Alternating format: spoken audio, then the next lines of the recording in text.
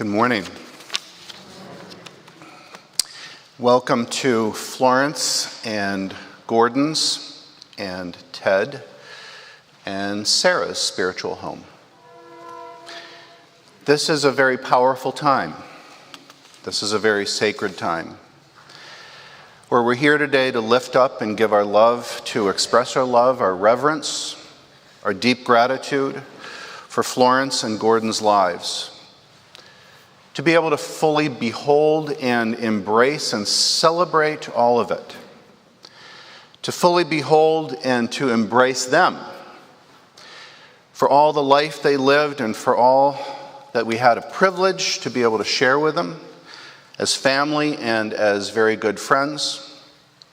The intimate times, the happy times, times of struggle, times of side-splitting laughter, tears, tremendous joy, big steps and transitions in all of their lives, growth, vulnerability, vibrancy, all of it. And as we embrace this sacred time, we don't do so just with our love for Gordon and Florence, but we do so with great, great love and support for each other, and with great love and support from God. And just to address the obvious, something that we are all too aware of is that we come here today with more than just a little trepidation, don't we? This is a pretty ominous time, pretty ominous occasion for all of us, for the magnitude of what this is about as a service for both a mother and her son. And so because of that, we come with even more than a bit of compassion and care. And again, not just for the moment, but for one another. And then as an added layer, we come with an appreciation for the space as well, for this church. For Florence and Gordon, as it is equally true for Ted and Sarah, that this place, they are all a part of the energy and the lifeblood of this church itself. Our church family, in many ways, is second home to all of them. This is your second home, Sarah. On a personal note, it was both Florence and Ted who welcomed Laura and I and our family into what was their spiritual home at the time, more than 30 years ago, and helped to make this place our spiritual home for us and our family. Ted was on my search committee who called me. And so I actually met him coming up on 31 years ago, before I met just about anybody else in the whole congregation. And Florence was on our welcoming committee that rolled out the red carpet for Laura and for our family. And both Florence and Ted helped this church in innumerable ways to make a massive transition many times over, not just then, but many times over during the decades, helping to build and nurture and strengthen and love this church to life. They served on a myriad of boards and committees: deacons, trustees, buildings and grounds, missions, education, nominating committee, church council, teaching the Sunday school, hosting church dinner parties, rewriting the church bylaws, bringing their kids even when there were very few other kids. So just being here together for all of us in this space, knowing that, I think it's good to know that, what they poured into this place. We're here with their energy and their care, part of their heart and soul. And it's a place where they made lifelong friends. And you are those friends. And it was always with huge doses of laughter and joy. And of course, with all of that, helping to create our annual Rooms with a View fundraiser with Barb Johnson and Bridget Schulten, who are here. This is the 29th year, which has been monumental for the church, our missions, ministry. Florence, Ted, Gordon, and Sarah are part of the heartbeat of this place. So, all is to say, may we feel at home very much. May we feel the love. May we feel at ease in our togetherness.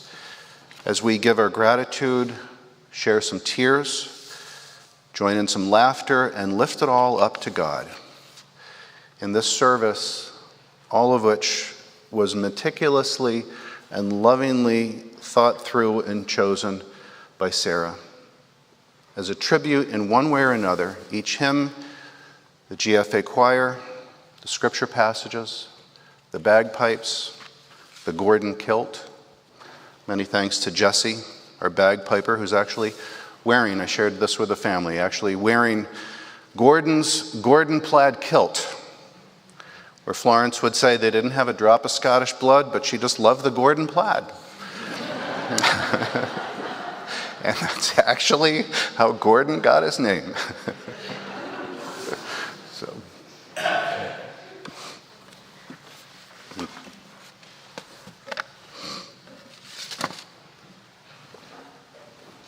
at this time, please join me in the call to worship, which is printed in your bulletin, as we begin the celebration of the lives of Florence and Gordon. We come to this sacred time seeking spiritual comfort as we offer our support to one another in love and as we welcome God's healing presence.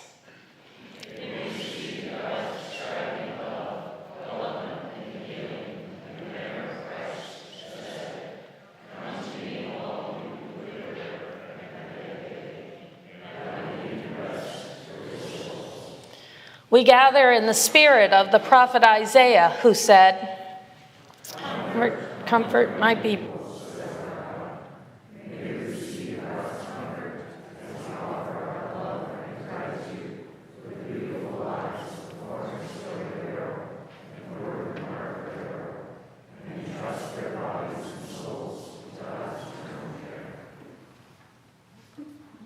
As Paul mentioned, this has been a strange and difficult time. It's been almost 2 years since Florence died in what was a traumatic time for Sarah and Gordon. But as a mother myself, I imagine a very comforting time for Florence, being there in France with Sarah and Paul, having to spend 10 days with them, seeing how happy and successful their lives would be, and being accompanied by Gordon, and dying with them both by her bedside. That is a true gift. Now, like many of you, Florence has been a friend of mine for many decades. She and I first bonded over being good Maine girls. And when I realized that her in-laws were actually very good friends of my parents, and our love for family farms there in Maine joined us together. And then we both spent a lot of time talking about how surprised we are that we both landed in Southport, Connecticut, as far from Rockland and Cumberland, Maine as you can get. And then we bonded over having children around the same ages. Sarah and our daughter Eliza were the same age when still are the same age, and became fast friends, first in preschool and then in elementary school, Girl Scouts, and to this day. And Gordon was an early friend of our oldest son, Scott, and attended many of his birthday parties and play dates, always bringing an energy that was unique to Gordon Verrill. And we all loved Gordon and his unique, one-of-a-kind type of style. Do you know that Gordon entered his opening day of first grade wearing lime green socks, Madras shorts, and a fluorescent yellow shirt? He arrived every Sunday in church in a suit coat and a bow tie, always what I thought of as the little man with a big sense of style. He was a joy with that lopsided grin and his precocious ways. He was always older than his years. He would sit on these stairs, listening to children's sermons, always ready with an answer, and often trying to come up with a way to stump me. And when the children's sermon was over, he always reached out to Sarah, took her by the hand, and led her away to church school. Now, I have two other very vivid memories of Gordon. They both happened to be on a mission trip that we took to the Pine Ridge Indian Reservation in South Dakota. So first, I told the kids one morning that we were going to go hike the Badlands, so they needed to dress for a hike. Wear comfortable shoes, I said, and dress appropriately. It's going to be a long, hot hike through lots of sun and lots of sand. The kids came out.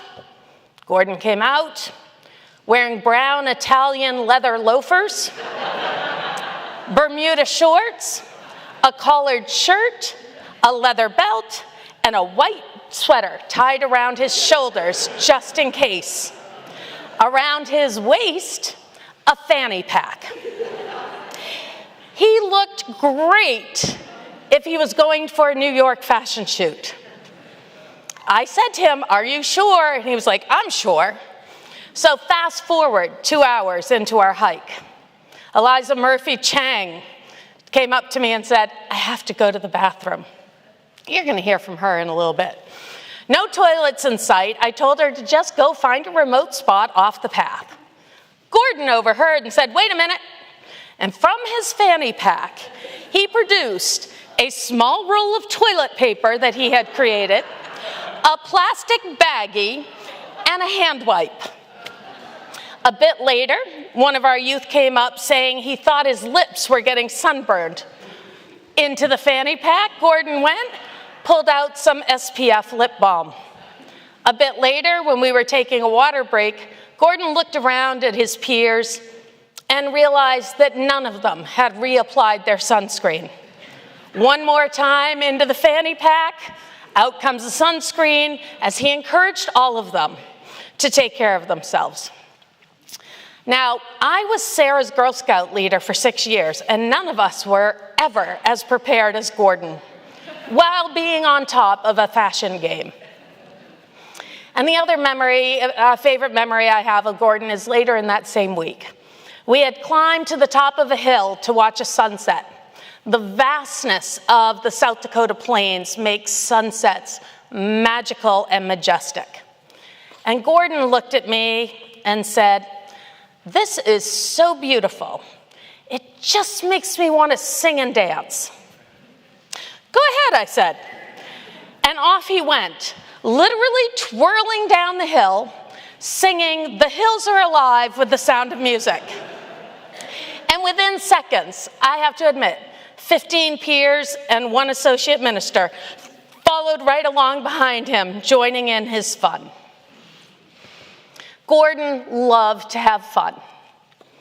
He was a very complicated and yet a very simple guy. He loved his family. He reveled in his close friendships. He loved to sing. He had so many leads in our church musicals and pageants that the other kids were jealous and would complain, but when I would talk to them and say, "Who better?" they would be like, "Yeah, no one but Gordon." And his time singing in the Beachside Express at Greens Farms Academy was a highlight for him. He loved horses and animals. He loved to travel. He loved good food and good wine. He was always true to himself.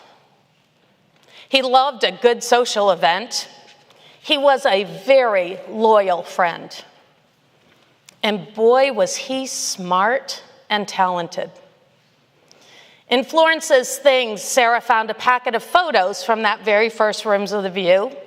And amidst the photos of interior designers that were there, the great Albert Hadley, photos of Florence and Havin and Barb and Bridget, I found a photo of a 7 or 8-year-old Gordon, dressed in a blazer and tie, literally holding court at this prestigious interior design event. The world has missed out.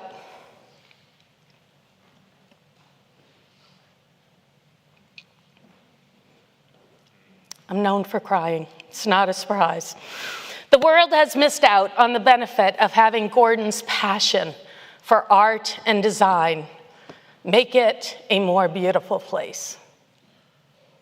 He had that something special. He had that flair of his mother's. And we were all looking forward to seeing it manifest and see him become one of the great designers. But life is hard, and sometimes it knocks us down. And for Gordon and for Florence, sometimes insidious diseases gain control of us, and our futures shift. And so today we recognize that Gordon and Florence enriched our lives with the wonders of color and of textiles, of music and of art, of family and friendship. And no disease will ever diminish that. So Gordon, I hope you are dressed to the nines, twirling and singing your heart out, finding the peace and joy that you deserve. And I know your mom and dad are smiling, knowing that you are at peace. So with these thoughts, and with the prayers that are deep within your own hearts, let us join together in prayer.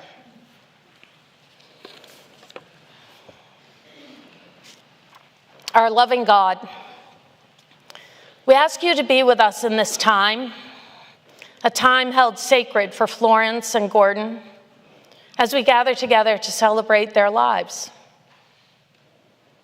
Our heads are filled with so many thoughts and memories and shared life experiences. And our hearts flip back and forth between sadness for the loss and gratitude for the lives. Our minds spin at the suddenness of Gordon's death and the things left unsaid and undone.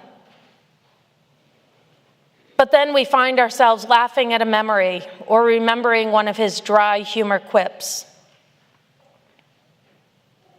We are saddened for all that was left undone, for all the possibilities that could have been. And we remember Florence, a fighter to the end, so strong in her will to live, in her will to make the world a more colorful place, a will to see her children grow up. And we revel in the memory of her smile and laughter, laughter that could draw us to tears. And we take a moment to offer our prayers to Sarah, a loving daughter and sister, whose profound grief at the loss of her family is unimaginable,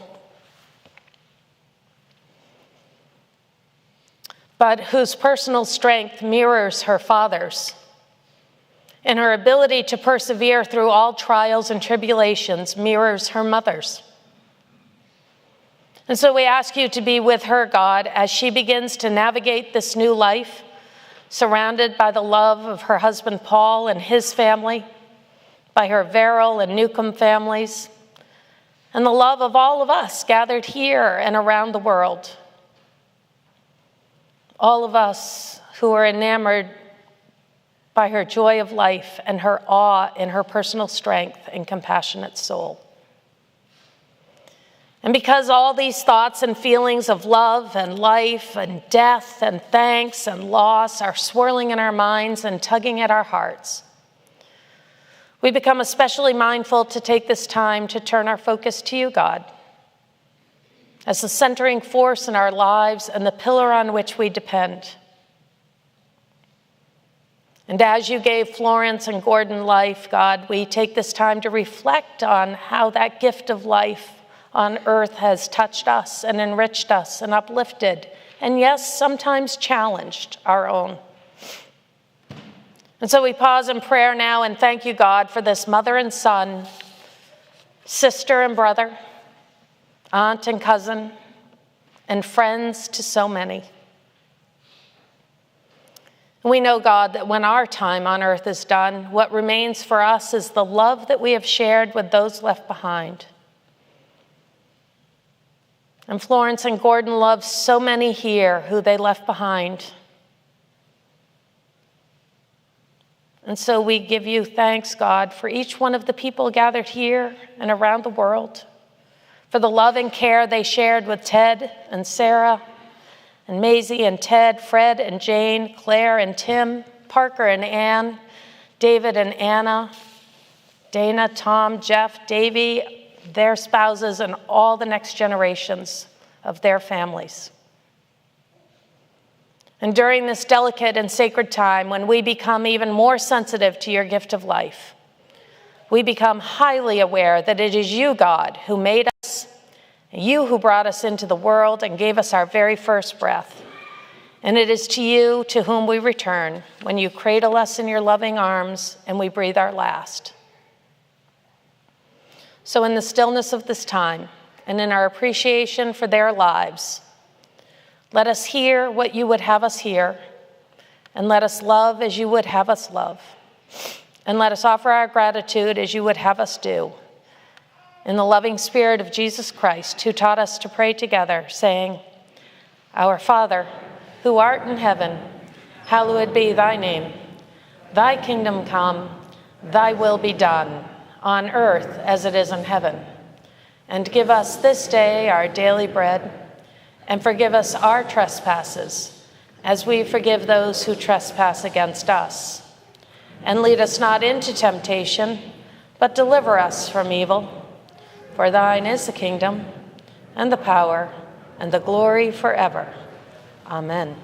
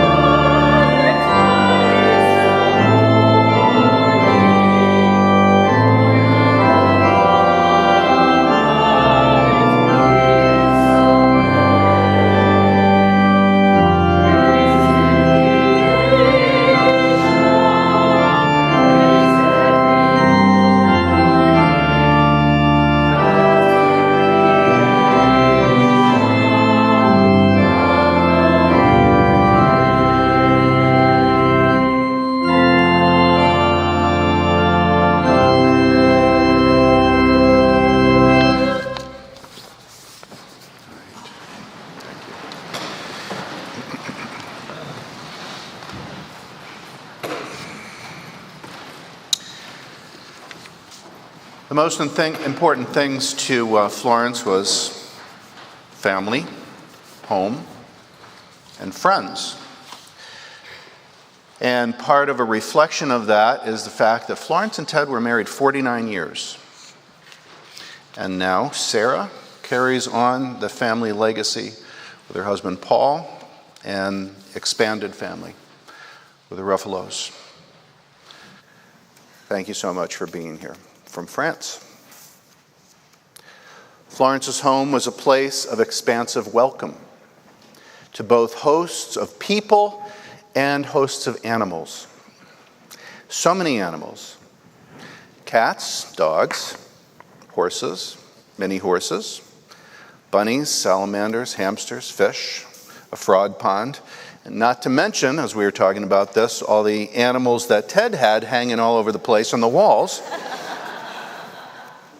Their home was a refuge. Their home was a place of welcome, which is maybe one of the reasons why Florence gravitated to this passage of Scripture that we're going to hear in a moment from John, where Jesus talks about God's home, God's domain, and all of the living spaces, or some people call it sometimes rooms or realms, within that greater domain, places of welcome that are within, including those that we enjoy in this earthly life, as well as those that will be there for us in the next. All of us remember the day when life turned on a dime, when Florence was diagnosed with stage 4 breast cancer. That was back in 1998, and it had already metastasized. It was ravaging throughout her whole body, and she went for her mammogram on the 50th birthday, 1998. Not long after she got out of the hospital, Ted and I had lunch at the Hunt Club. And the purpose was to talk about how to wrap up life and how to prepare for everything, because she had an estimated 6 months to live.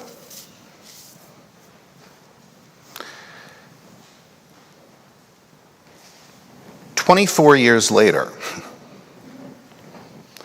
obviously somehow through medicine, and even the doctors say they don't understand it, and she's literally in the books as being a miracle. She is a medical miracle. We always knew that she was a human miracle, but she's literally a medical miracle.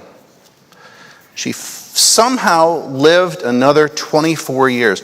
And I was talking with a family beforehand in the library, and that she and I would joke about, as she did, I'm sure, with many of you, how she was notoriously late for everything. And she even joked up, she said, I can't even show up on time for my own funeral. She was too busy. She was too busy living and loving and laughing and telling the most amazing and wonderful and convoluted stories and adventures and curiosities and mishaps one after the next. And during all of this, periodically, she and I, we would talk about life and the ups and downs and how crazy it can be sometimes. And we'd talk about death. And a number of times in our conversations, she would return to this passage about God's realm and what happens with death. And she zeroed in on this part about God's house, God's domain, and how many sections or realms there are within God's entire domain. And she could relate to that, and how when we die, as Jesus says, we don't live the greater house. We don't leave the greater house. We just go to a different place within it. And she asked many times, she said, let's talk about this. The links between that imagery of Christ, and we would talk about quantum physics. Your mother and I would.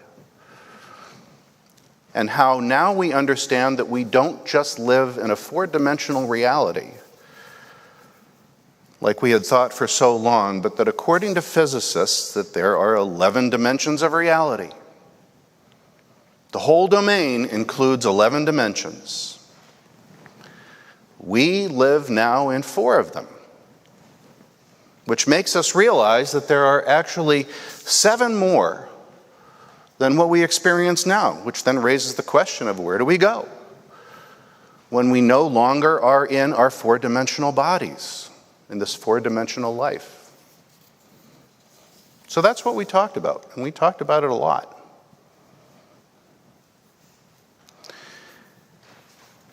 We got to this passage about God's domain where Jesus talks about the parts that we experience here and then the different realms that are awaiting us in the next realm. She was at great peace and mentioned that many times. Matter of fact, close to the very end, she and I were talking and she said, "You know, Paul," as I'm sure she said to many of you, she said, "You know, Paul, I don't regret a thing."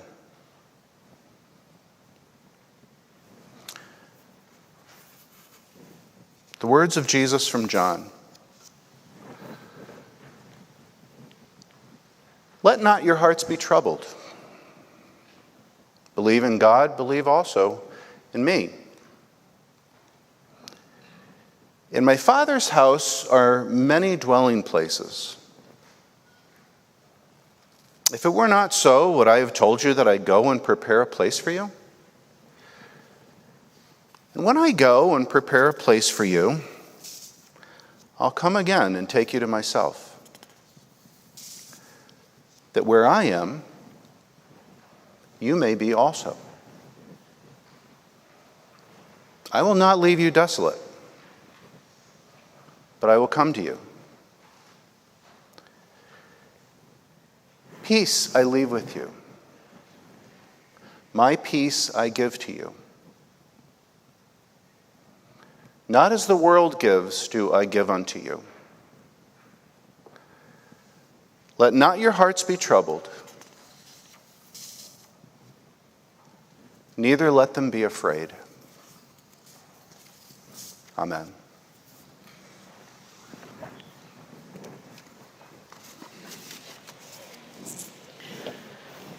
The second scripture that Sarah chose is the 23rd Psalm. It is the most recognized psalm that there is.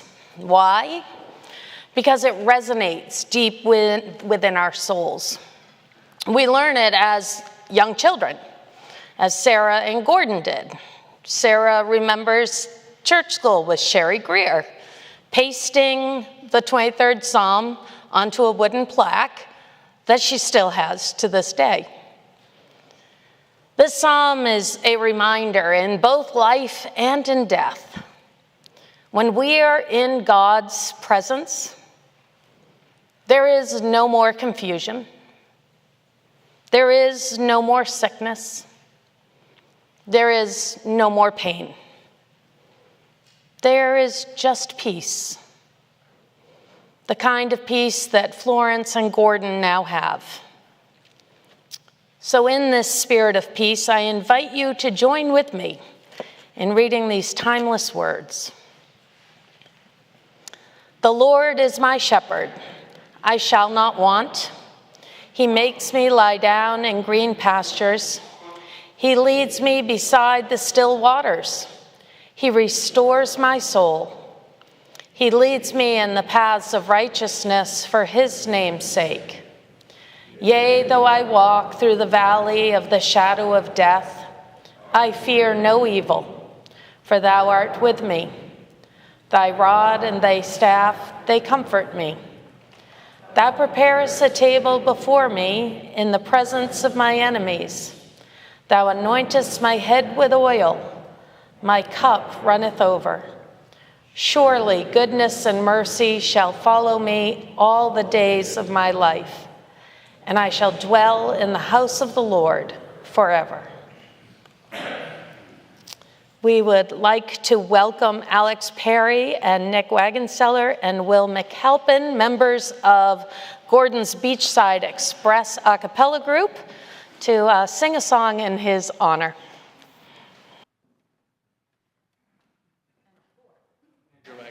Andrew, thank you.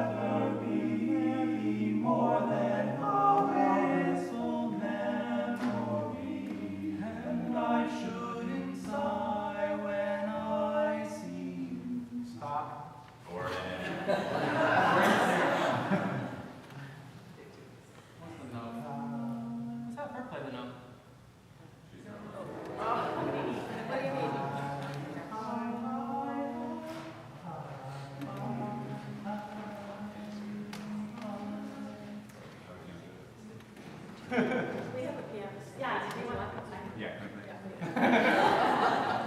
Clearly, Gordon held us all together. Oh. Felt off.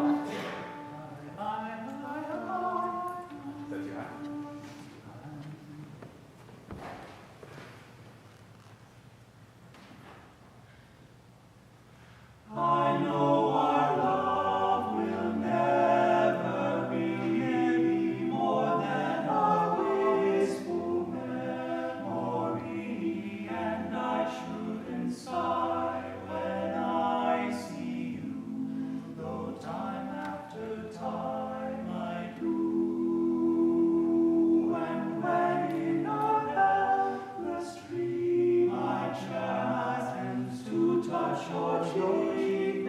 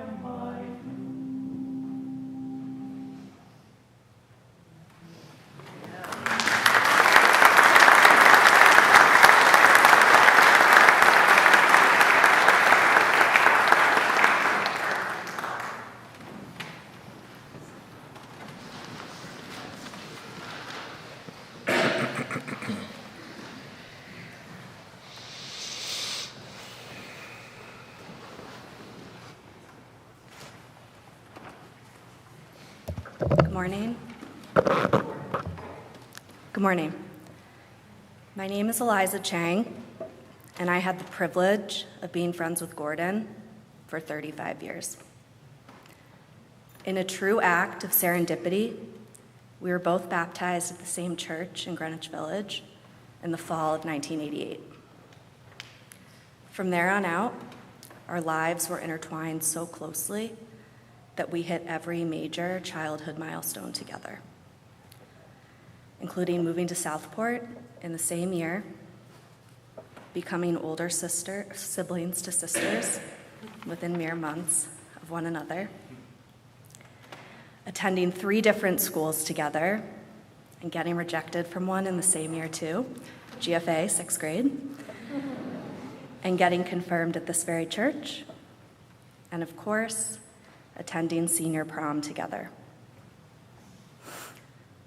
A friendship like ours that started in infancy and stretched well into adulthood makes an indelible impact on your life. From big milestones and annual traditions to the everyday moments, we experienced it all together, and it's honestly hard for me to conjure a memory from my childhood that doesn't include Gordon. Some of my most cherished moments with Gordon are on Halloween. We always trick-or-treated together, and it was something that we'd look forward to every year. Unsurprisingly, Gordon brought an overzealous approach to all of his Halloween costumes. Even the store-bought ones, which were rare, he mostly made them himself. Some of the homemade highlights include a historically accurate pilgrim, and Strega Nona herself, and for those who don't know, that's an Italian witch. A personal favorite of mine was Sharky, which looms large in my memories because he wore it for 2 to 3 years in a row due to a true passion for the costume, and because who can ever forget a toddler in a full-body polyester shark jumpsuit. I'm grateful that our parents insisted on annual Halloween photos because flipping through them recently reminded me of so many things about Gordon. About how creative he was, as evidenced by his one-of-a-kind costumes, which no doubt were an early contributor to his passion and talent for fashion. About how funny he was. I'm laughing next to him in nearly every picture together, as I did whenever we were together. And of course, about his penchant for mischief making. We were always up to no good together as kids, especially on Halloween. In fact, during our tween years, we experienced a multi-year brush with the police due to our repeated stealing of hand-painted "Please curb your dog" signs from a very disgruntled neighbor, one of which I still have.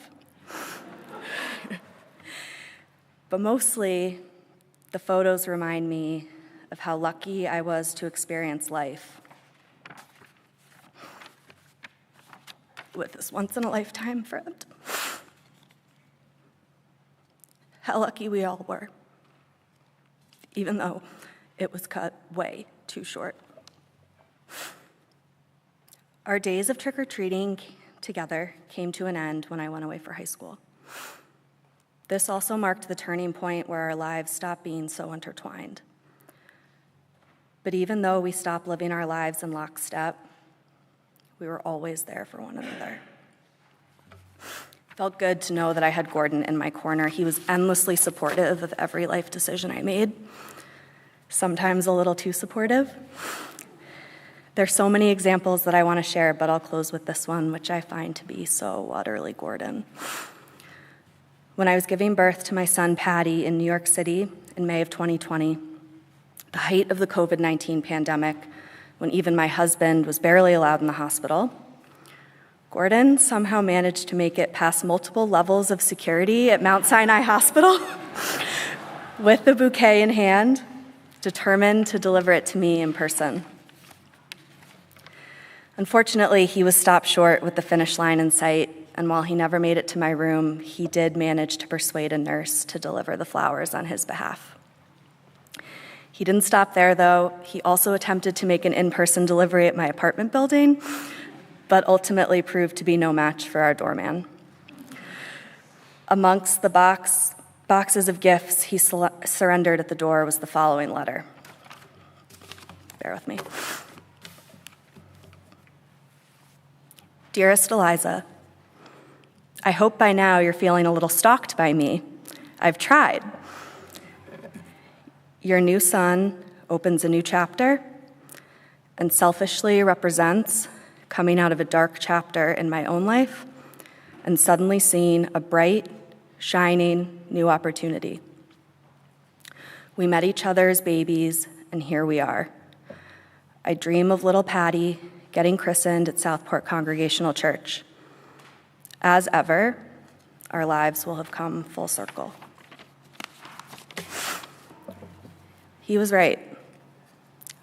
Our lives were coming full circle, and we had so much to look forward to together, which is why it is unimaginable to me, as I know it is for all of you, that he is no longer here to share life with. But I hope that as we all move forward to this next chapter without him, we can hold on to our own stories of Gordon and share them with one another so his memory can continue on. And I, for one, will think fondly of him during each critical moment in life, knowing he's still in my corner. Thank you.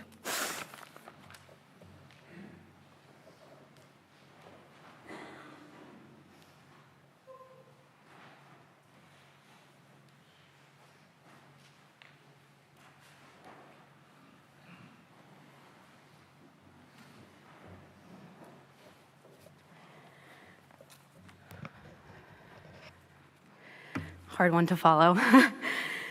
Okay. Thanks, everyone, for being here. My name is Lauren Verrill. I'm niece to Ted and Florence and cousin to Sarah and Gordon. I really wasn't sure how to prepare for today. How do you really? So when I was home a few weeks ago, I started going through a box of old pictures in my parents' basement. We have a lot of them. Spanning memories from childhood, the awkward teenage years and beyond. And, that's how I want to remember Gordon, how he was, how he used to be, as we reflect on his life today. Although we were cousins, Gordon was the closest thing I had to a brother. Hope that's okay, Sarah. I'm an only child. Not always the brother I asked for, but brother nonetheless. We fought for sure, but we loved even harder. We grew up together. Sarah too really is a family unit. Though we lived in New Jersey, our repeated trips to Connecticut were always something I looked forward to. Not sure if it was the late boisterous meals and dinners or the menagerie of animals, I hear a theme, or the absolutely ridiculous plays we'd put on together, but I'm sure it was all those things and more. From the beginning, Gordon was really special, is special, and always will be special to me. We loved dressing up and putting on performances, some musical, some not, thankfully. Trips to the pool and the club. Some of my earliest memories are of just laughing together, nothing specific, just constant laughter. I could recount all of the Verrill family memories and holidays together, countless Easters in Connecticut or New Jersey, so many Thanksgivings, post-meal walks in Yarmouth, Delray, where we watched Mallrats and still recite those quotes today, including Enid. As we got older, our 3 years age gap only got smaller as we swapped stories about college, starting adulthood in new cities, first loves, losses. We would talk on the phone for hours during the pandemic while I was also pregnant, trying to stay sane, talking about everything but also nothing. We had some really memorable visits, so many to recount and think about, so many shows and late night dinners in New York. Pride in DC was always a tradition of ours. One of the most recent trips to DC was when I was pregnant with my son Carter, and he met my daughter Ava for the first time, and he definitely took his uncle duties very seriously. But how can I talk about Gordon without talking about Maine? It was our place. Summers at the lake house, counting down until the sunset and running from all the mosquitoes. So many nights at Higgins Beach, looking at the stars, talking about life, the future. Maybe a beverage or two laid on the beach where we know we shouldn't have been. We had so many of those summers, but now looking back, definitely not enough. As I said earlier, Gordon was one of a kind. I could go on and on about how amazing and accomplished he was, an equestrian, a rider, stylist, designer, dog dad to Buck, how much he loved his friends and family. Incredibly funny, insightful, thoughtful, charming to a fault. It was really hard to stay mad at him. I could trust him with my secrets, and he was great at keeping them. Maybe a little too good, which created some distance in the past couple years, and to not acknowledge that things were challenging for him would be disingenuous. But no matter what happened, we would always come back together. I was joking that part of me expects him to walk through the door today. I think he'd really like to see his own memorial and make some comments on outfits. I hope he would be okay with mine. I definitely thought about it. I know I said earlier I wasn't sure how I was going to start my remarks today, but the one thing I did know was that I was going to write them out. I'm not reading from them, but I wrote them out because Gordon loved a really good handwritten letter. And this love letter is for you, G. Gordon, I'm going to miss what you were to become, but I'm so glad for the time I had you. I love you. Rest easy. Thanks.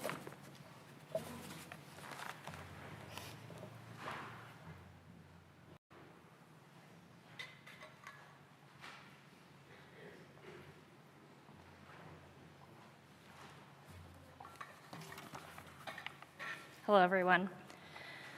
We gather here today to celebrate the life that touched each of us in countless ways. My dear friend Gordon was more than just a companion. He was the ultimate joy, a source of unwavering support, and a testament to true friendship. For those of you who don't know me, my name is Mia, and I have had the pleasure of being Gordon's friend for the last 13 years. Today, I speak on behalf of Gordon's chosen family throughout his years at Cornell and in New York City. I had the pleasure of meeting Gordon through our mutual friend Lucas as we landed in New York City after college. From our early years in the East Village, Gordon, with his infectious laughter and boundless spirit, was a force of nature. His magnetic energy and our shared love for hosting friends, new adventures, discussing philosophy and art, and what makes a good outfit drew us close. Gordon's young adulthood at Cornell and in New York City was an era of exploration and self-discovery. He dove into life headfirst, embracing challenges with a courageous heart and a curious mind. Whether it was his careers in fashion design, interior design, or furniture design, hobbies, knitting and rollerblading, or relationships, romantic and platonic, he pursued everything with a commitment and enthusiasm that was inspiring. He taught me the value of chasing dreams, taking risks, and living in the moment. It was during these years that Gordon's character shone brightest. As many of you know, Gordon was a fiercely loyal and endlessly compassionate. He stood as a pillar of strength for anyone who needed, offering not just a shoulder, but his hands to help lift the burden. He celebrated our triumphs as they were his own, and stood by us through life's inevitable setbacks. In moments of doubt, his unwavering belief in each of us was the light that led us back to our own self-assurance. Gordon had an innate ability to listen, not just to our words, but to the unspoken fears and hopes that lay beneath. His empathy knew no bounds, and his actions were always guided with a deep sense of integrity and kindness. But if he disagreed with you, he'd be the first to let you know on the matter. What truly set Gordon apart, though, was his heart. He loved without limits and cared without hesitation. He had an extraordinary ability to make each person feel special, seen, and valued. Gordon's compassion wasn't an act of kindness, it was a way of life. Whether he test-baked 7 whoopie pies with his grandmother's recipe to get the one just right for your dinner party, wrote a sweet note on his personalized stationery that was the pick-me-up you needed to get through the day, escorted your child on the park on his shoulders on a Sunday afternoon, or devoted his entire weekend to helping you move in, followed by a measured floor plan of your home, or wheeling a desk 15 blocks to your apartment the following week. Gordon did it all with a heart of generosity.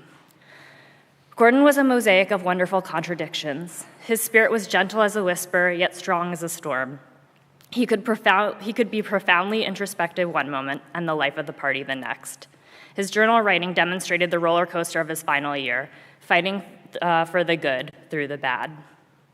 Incredibly clever, he was also educated in his opinions.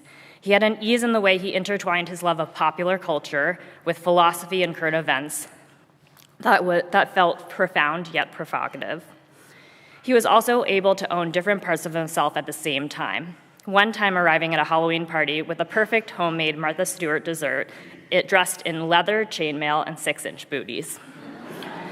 Gordon had an extraordinary way of making each day brighter. His sense of humor, often self-deprecating and always sharp-witted and full of sass, could diffuse any tense situation. When he couldn't attend his friends' weddings, he made up a falsehood about there being a cash bar, only for one of his friends to arrive drunk at the festivities, to Gordon's delight several states away. Another time, he showed up at his friend Spencer's 30th birthday, dressed as Caitlyn Jenner, Karishma as Kris Jenner, only to deliver the best roast of the night. He taught us all the invaluable lessons of not taking life too seriously and the importance of finding humor in even the darkest times. It is no wonder that he loved reality TV, redneck comedy, and horror movies. Friends were everything to Gordon, and the more connected he could make his circles, the better. Always an organizer of fun, he hosted dinner parties, viewing parties, and trips in the hopes that the fun would lead to 2 friends who didn't know each other to make a lasting connection. For his final thesis at Cornell, he sewed a series of 7 white dresses and then invited 8 friends to draw all over them in the hopes of fostering collaboration and community in his work and amongst his peers. Gordon did everything with purpose. He was an immaculate dresser and meticulous when it came to details. He had the dedication to curating outfits that was unparalleled. Whether in Martha's Vineyard debuting his summer sets, a matching shirt and shorts in a loud print not suited for the Vineyard's general stores, sending final pieces of his new all-pink Valentino outfit to the hotel in Vail just before dinner, or other spectacular looks at Jazz Fest in Spain or any other countless trips. Gordon always received the compliments he was fishing for, and so thoughtfully deserved. Gordon was an ambitious writer, interior designer, and fashionista. All 3 of these passions were exercised daily through journaling, sketching, and his curated looks. His most recent excitement surrounded designing custom furniture for clients, including modern dining and coffee tables. Gordon had a deep love for his family and a respect for his parents. Florence and Ted imprinted impeccable etiquette, discipline, and a love for animals on both Gordon and Sarah.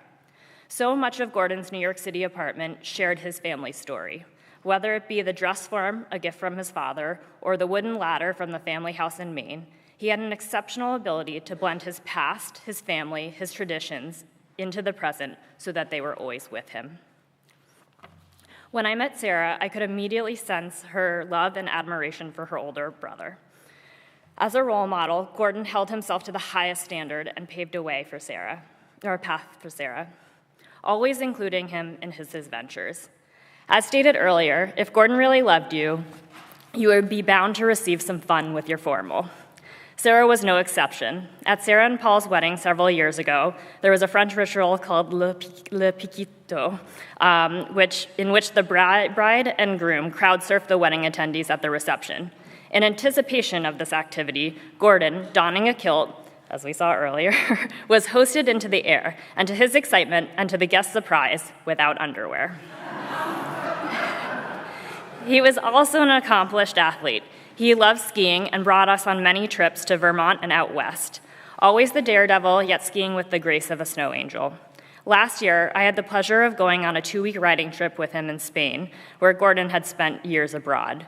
I witnessed his childhood skills as rider number 473 blossom as an adult. All of our shared stories of show jumping in middle school and high school came to life in the most beautiful setting. His love of animals started young with a Verrill household full of dogs, ponies, cats, and horses. After Ted's passing, Gordon took Buck as his own, caring and catering for Buck's every need. As his hind legs became more disabled and navigating New York City stairs and blocks became more difficult. Despite his many virtues, Gordon was, like all of us, imperfect. He had his struggles, his moments of doubt, and his challenges. Yet it was in his vulnerability that strength was most evident. He never shied away from discussing his own difficulties, which assisted friends in similar circumstances. Gordon faced life's trial with a resilience that was nothing short of remarkable. He showed us that it's not in the absence of fear or pain that defines us, but how we respond to it. And he was forever the comeback kid. Gordon's passing has shaken my world. It has been an unparalleled loss, but a silver lining has been how close his passing has brought me to his other friends. It is exactly what Gordon would have wanted. In the wake of this immense loss, I find peace in the wealth of memories I have been able to share with friends and family. Every laugh, every tear, every shared silence is cherished. And thanks to many of you, there will be a beautiful bench in Central Park donated on his behalf on the wall of West 73rd at the end of his block where you can relive these memories. To Gordon, my friend, my confidant, my honorary brother, thank you for the laughter, the lessons, and the love. You will be profoundly missed. Thank you for the countless ways in which you colored and enriched all of our lives. We love you.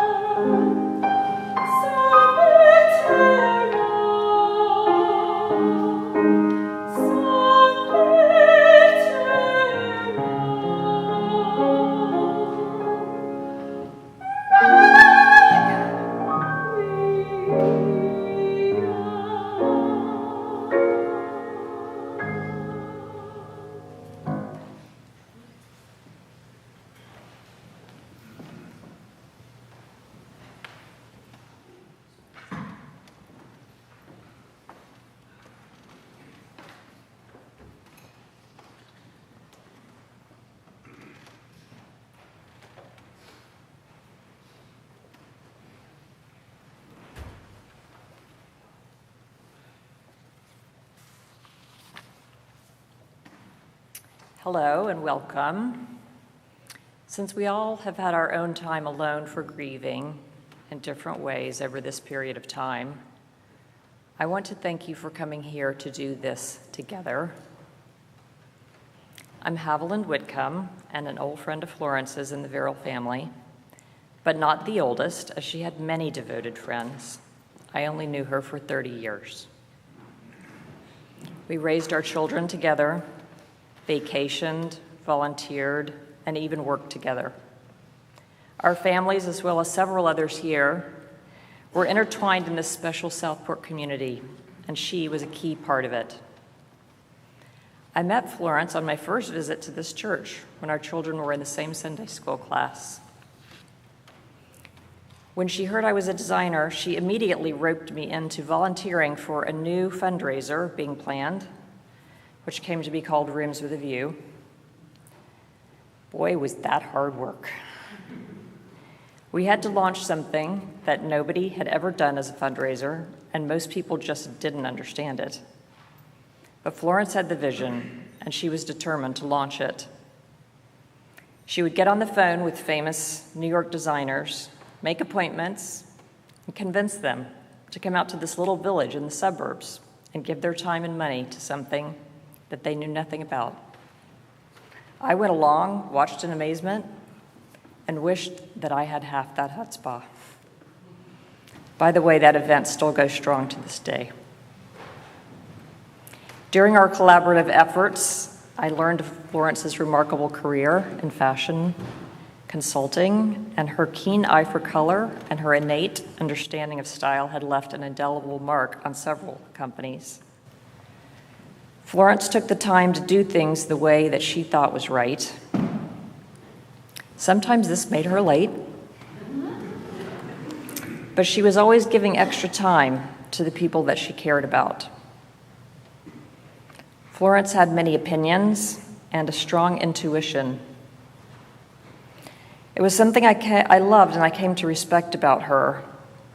She would call me and say, I've been thinking about that situation that we talked about, and this is what you should do, or maybe not do. She encouraged me to launch my own business, and when it seemed daunting, she said, I'll help you. And she did. If she believed in something, she was very encouraging, and I would even say tenacious. She was absolutely not offering any work with technology or computers, but she very much enjoyed working with textiles and color, paint chips, all the things that were in the office. She loved to come and organize them. I noticed that certain favorite samples disappeared because they had made their way to her home, and soon the Verrill house was being redecorated on an ongoing basis. If you needed something to wear to an important event and you took her with you, you were going to get a great outfit, including the shoes. Spend a lot more money than you intended and enjoy every minute. I think we all know now how much Florence loved animals, all animals. The first time that I went to her house, there was a rabbit in the living room. And she was great at planning parties. My all-time favorite was Sarah's birthday party. That was a dog show where all the children brought their dogs for various competitions. You can only imagine the hilarious but organized chaos that ensued, and there were a lot of fun memories of that. Then followed the menagerie of many other dogs, cats, horses, miniature ponies, flocks of birds outside her kitchen window. The bird feeder overflowed. And of course, this attracted all sorts of creatures, some of which were maybe not so wanted, like the skunk that took up residence under the front porch. And that led to funny stories. Florence was a master at telling stories. She had a marvelous sense of humor. She could find something hilarious even in the most ordinary situations. And in the retelling of something, she'd be giving a lot of background, you're waiting. She would start to giggle and then laugh, And then pretty soon you're both doubled over with a deep belly laugh. And that's before she even finished. That infectious humor leading to the deep belly laughs is what I miss the most. But when I think about her and some of the stories and the memories, I know I'm not the only one. It makes me smile to think about her. Yet Florence's life was not without its share of challenges. The sudden loss of her beloved Ted left her grappling with grief. And while her unwavering devotion and determination to support her son Gordon through his own trials spoke volumes of her strength and love as a mother. She had a very long battle with cancer, and yet she almost never talked about it unless you asked her. Florence defied gravity so many times, I think all of us were amazed at her resilience. And I think a lot of that came from a strong inner will. I know initially she had the goal of seeing her children graduate from high school. And then she had another goal of seeing them graduate from college. And then yet another of seeing them settled into adulthood. When I asked Florence about her coping mechanisms, I was so in awe. She would speak of her faith and of meditation, a practice that had provided her solace and strength. And I know her deep bond with our ministers, Paul and Laura, and the wisdom she found in their counsel was a source of guidance, and I know she found that comforting. Above all else, Florence was devoted to her family. She was close to her extended family on both sides. She often spoke of her regular calls to her mother Maisie and her brother Fred. She adored her cousins Claire and Parker. And most importantly, she was so proud of her daughter Sarah.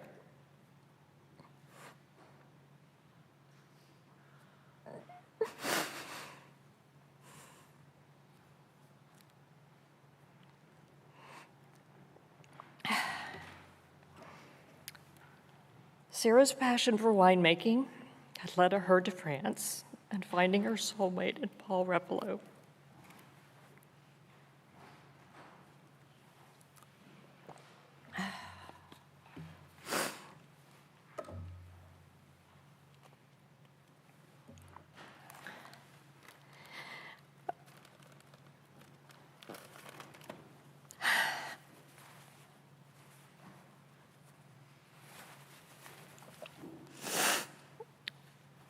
I feel so blessed to have known her and learned by her example. To save her life now, be kind to each other, and give time to those we love. As we say goodbye to Florence, I want to leave you with the memory of how I picture her in heaven. She's giving a color consultation to God. And she's making all the angels laugh.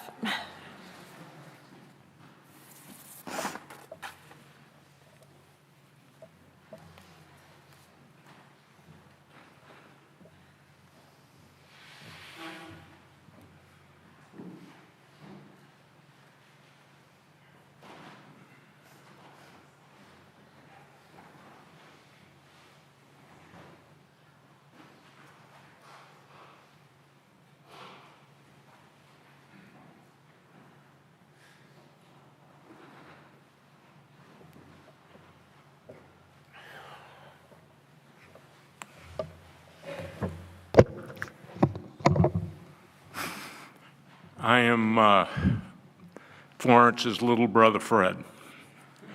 I don't mean to be ironic in describing myself in that way. More about that later. Sarah, I thank you so much for organizing this funeral. It's been almost 2 years. I'm sorry, I didn't realize I was going to be affected this way. Anyway, I am Florence's younger brother and last sibling. We grew up as part of an extended family of 10 people. My mother and her sister, my Aunt Viola, our grandparents, Clarence and Florence Joy. Florence, of course, was my sister's namesake. And my Aunt Viola, my two cousins, Parker and Claire Beveridge, my Uncle Gerald, my dad, Ted, actually Frederick II, I'm the third, and our mother, Maisie. We grew up in a small city, 7,000 people, on the coast of Maine, Rockland. And the Verrills also grew up there. We were talking about it last night. If you were a baby boomer, and we were all born after World War II in that baby boomer generation, I would say there was no better place to grow up than Rockland, Maine. As long as you were an athlete or a pretty girl, or for some people it was pretty rough, and it was a really rough town. When we were growing up, the fishing industry was in full swing. I think there must have been 4 or 5 sardine canning plants on the harbor. Quarrying was still very much an industry. I remember where we lived on Shaw Avenue, which was a nice neighborhood. When the wind blew from the west, the car would be covered with cement dust because from the cement factory, when it blew from the east, it would be covered with lime dust from the lime works that were in the east and north end of town. But it was a wonderful town to grow up in. And Florence had a great upbringing. Our parents were very loving. They were generous. I don't think my dad ever said no to Florence. And if he did, she would do whatever she wanted to anyway and wouldn't get punished for it. He wasn't much of a disciplinarian. My mother wasn't always keen on that arrangement, but she went along with it. My grandparents were exceptionally generous. They were people that had been born at the end of the 19th century and had that unusual experience of having seen just about every major development in technology that we take for granted today. They saw the heard about the Wright brothers flying the first airplane, but also were there to see the Neil Armstrong walk on the moon. But they had come from an even smaller fishing community down east, and my grandfather had grown up, his father had left him and his brothers to grow up on Cranberry Island. He was a fisherman, and Cranberry Island was a small community, and they didn't take for granted that people would go to high school. But the brighter kids, they would tuition them off to go to the prep school of their choice. So my grandfather chose Hebron Academy in Maine and attended there for a few years, but he didn't graduate because, as I understood it, the summer before his senior year in high school, he had an accident. His fishing boat ran into the Boston steamer, and it was his fault, so he had to drop out of school to pay for the damages. But he met my grandmother. They got married at a young age and struggled initially, but eventually they came to Rockland and got involved in the insurance business. And he was a great salesman, my grandfather, and they became very successful in the insurance business. My grandmother and grandfather worked side by side, I think it was for like 75 years. Marriage for 75 years, but the insurance business together for over 50. And my mother grew up. She was known locally as one of the true beauties of the town. That's a big advantage in Rockland. But they grew up and matured in the late 30s, and then World War II rolled around. She had met my dad. She was a teacher down in Gorham, Maine. They got together, and they married during World War II. My dad, Parker and Claire's dad, went off to war in the Pacific. They were both naval officers. And when they got back, my mother had gone out to the West Coast to meet my dad's ship, and they were thinking about taking a trip to Alaska or spending some time out there, but my dad said, no, I want to get back to Maine as soon as possible.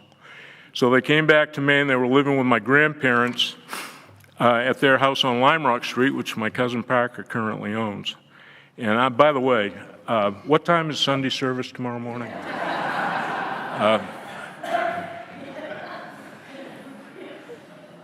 So Florence lived in that house for the first few years of her life, and then 4 years later I was born, and they decided they needed to get their own home. So they bought this house on Shaw Avenue in Rockland, where Florence and I grew up, and it really was a great neighborhood. We probably had 30, 40 kids that were living within 100 yards of the house, and all kinds of activities. And Florence participated in all the typical things. I remember seeing her in a Brownie Scout uniform and a Girl Scout uniform. I don't know that she took those creeds to heart, but she was involved in 4-H, and then she did develop this interest in horseback riding. And my dad had grown up on a farm in Scarborough, Maine, and so the idea of having a horse wasn't really anything that was daunting to him. So they bought a horse, and my sister took up riding, and she became very accomplished. I remember there were these ribbons where she had won equestrian competitions. They were just all over the place, and trophies, and we would go watch the horse shows occasionally. I didn't like that stuff at all, but she was in 4-H. It was called a Whip and Spur Riding Club, and she was in that. And because it was 4-H, those who had done well during the riding season in the summer would be able to go to the Eastern States Exposition in Springfield, Massachusetts in the fall. So the whole family, we were all very supportive of each other. We'd all go down to the Eastern States Exposition, have a great time down there and watch Florence have her final horse show of the season. But horseback riding teaches you a work ethic, and Florence was a worker. She kept that horse clean and well-groomed, and she mucked out the stables, and she worked at it. She wasn't as hard a worker in school. So and you say that she was late on occasion. Yes, she was. I remember distinctly, it was like every morning, there would be this situation where she was going to be late for school, but she went to Rockland District High School, started out there, and one of her classmates was an arrogant young athlete named Ted Verrill. Now, they did not get together in high school, and I do say that he was arrogant, and I'm a witness to that, because Ted was, Florence was 4 years older than me. I was born in 1952, she in 1948. I was on the 8th grade football team, but we got in our football practice gear in the same locker room as the varsity. So I was getting ready to go out on the field, and there was Ted, and he was a star end on the team, was he not, Dana? Yep. So there's Ted, and he's sitting on the stairs ready to go out to the practice field. He's tying his cleats, and one of the managers said, Ted, would you carry these footballs up to the field? And Ted said, get an underclassman to do it. And off he goes. I'm not going to be, but they were involved in some common activities, but I don't believe they really associated at Rockland District High School.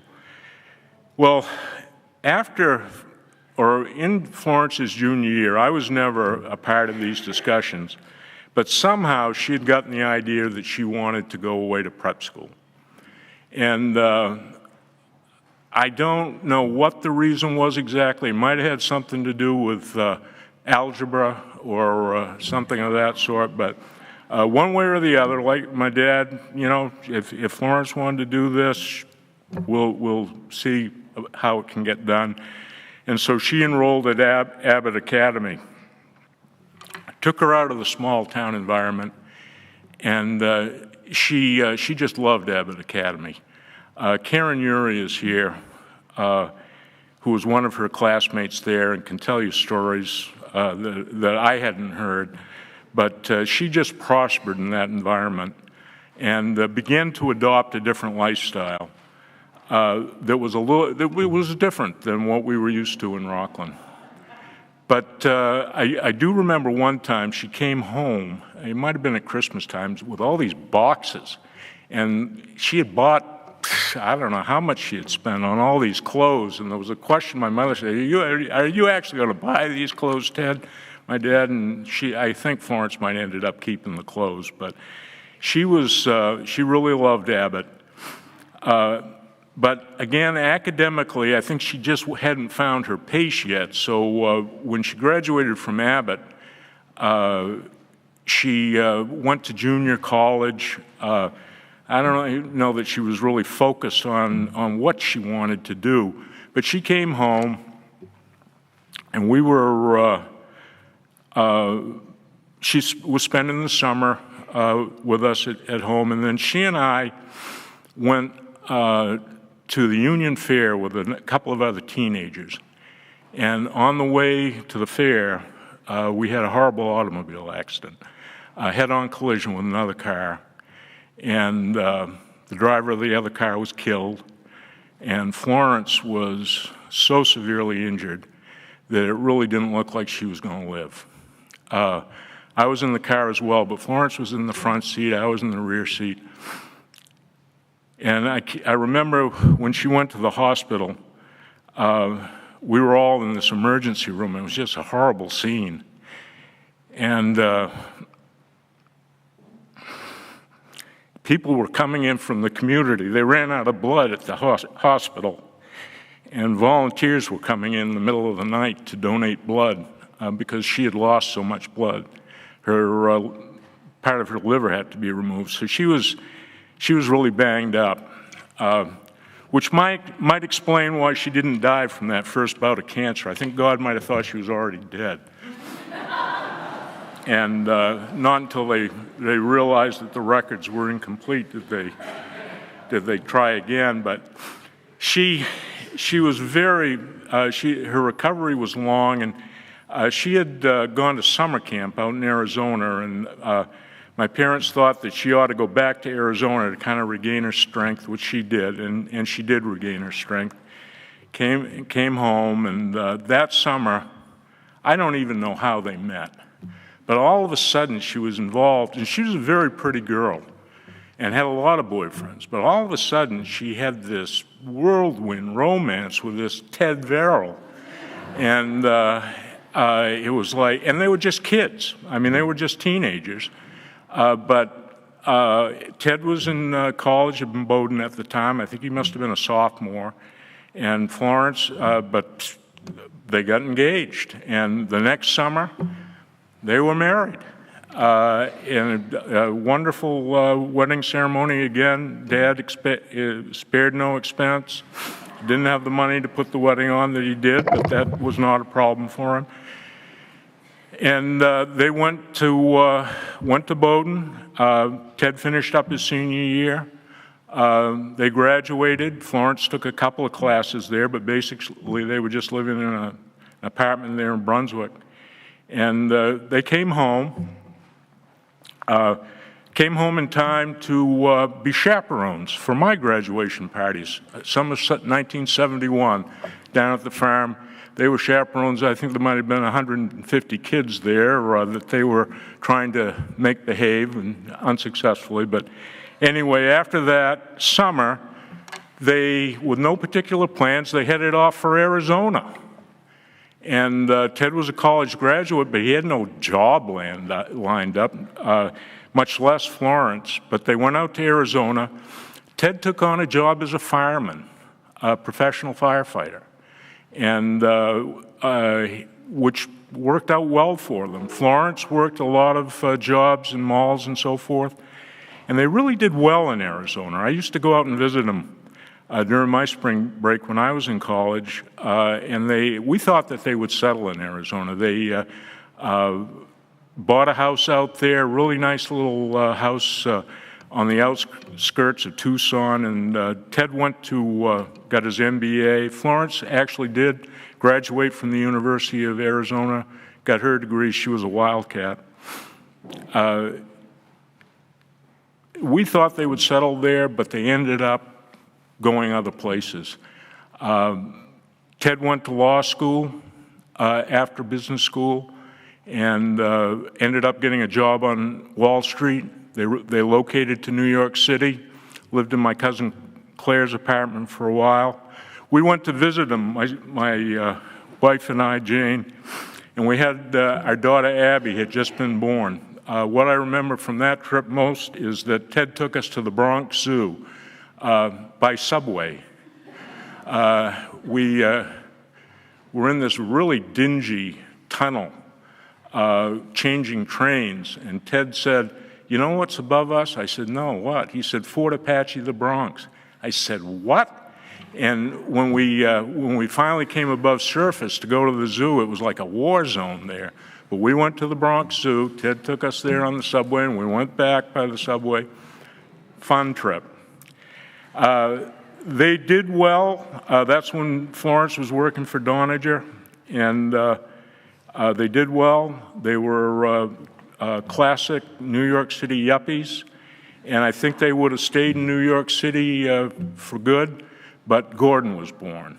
And they were in this little apartment and with a little baby in the living room, and they said, "We've got to find a house."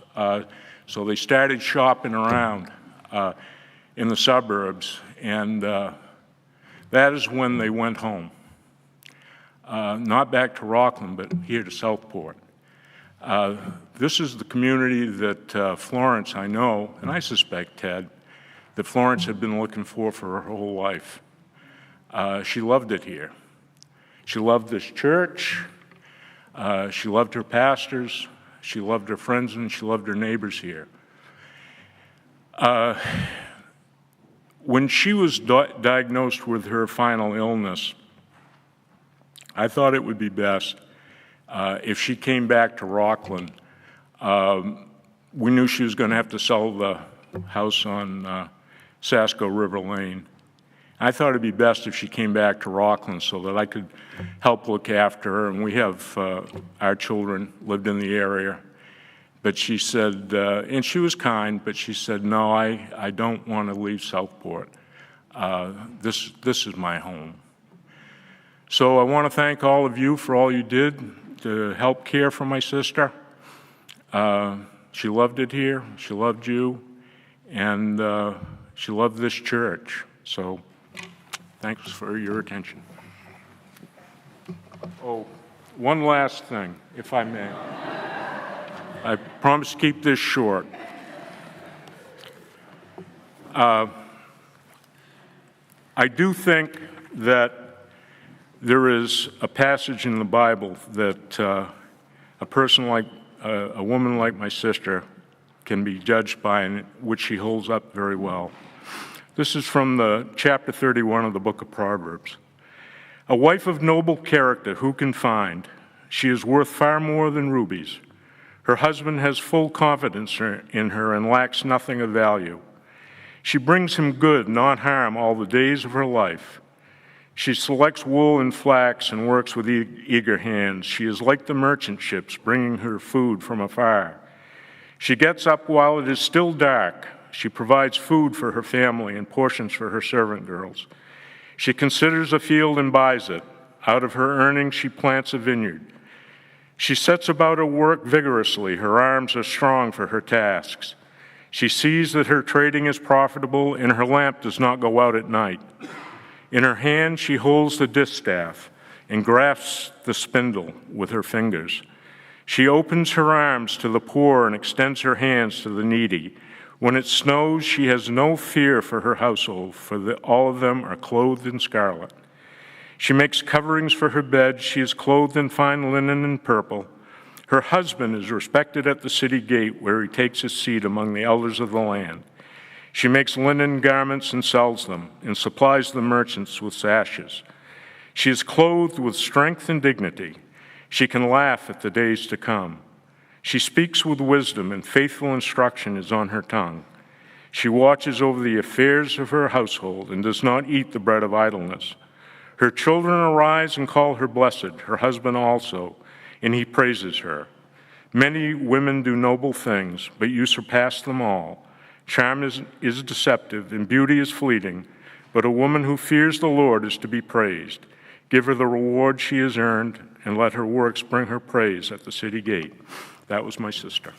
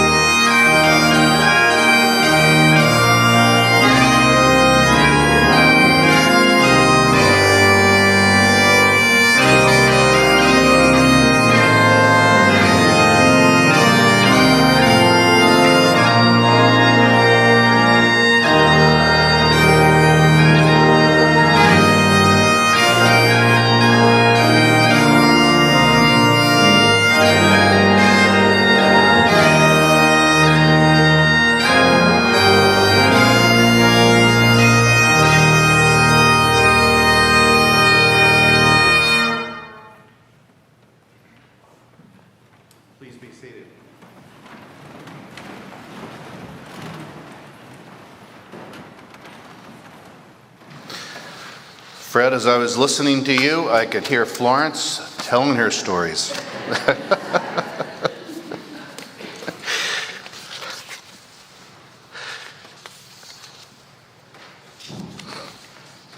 Let's join together in a time of prayer. Our loving God, it is such a beautiful and sacred gift, and a bit overwhelming to be able to gather in our love to honor and embrace and share and respect to give our gratitude for Florence and Gordon, mother and son, to be able to express our love, to give thanks for each of their lives as gifts to the world, to give thanks for our friendships, to be able to reflect on the whole of their lives, the impact that they had and will continue to have, to expand our awareness, our appreciation, and to be able to do all of this together as a loving community. And while we will always miss Florence and Gordon, we will miss being able to have more time with them. We thank you again for all that we did have, which now as we continue to go forward, we'll continue to treasure that time for the rest of our lives, both with memories and experiences that we will share with joy forever, and with our very personal experiences that we'll keep closely held within our hearts. And as we love Florence and Gordon in this life, we know that you have received them in the next with you and with all who've gone before. And so now as we prepare to depart, may you give us always the presence of your Spirit and strength, that you may support us all the day long until the shadows lengthen and the evening comes. The busy world is hushed, and there in your abundant grace, may you grant Florence and Gordon your holy rest and the fullness of complete peace in your eternal realm. In the power of your Holy Spirit and with our love and prayers, this we pray. In the name of the Father, and the Son, and the Holy Spirit. Amen. And may we join together in our responsive benediction that you'll find in your bulletins. As we depart from this place, and first of all, you have an opportunity to spend a moment with Sarah in the courtyard. We have a wonderful, wonderful reception for all of us in Fellowship Hall. And so let's join together in our benediction before we exit. May the strength of God sustain us. May the hands of God protect us. May the love of God go with us this day and forevermore. Amen.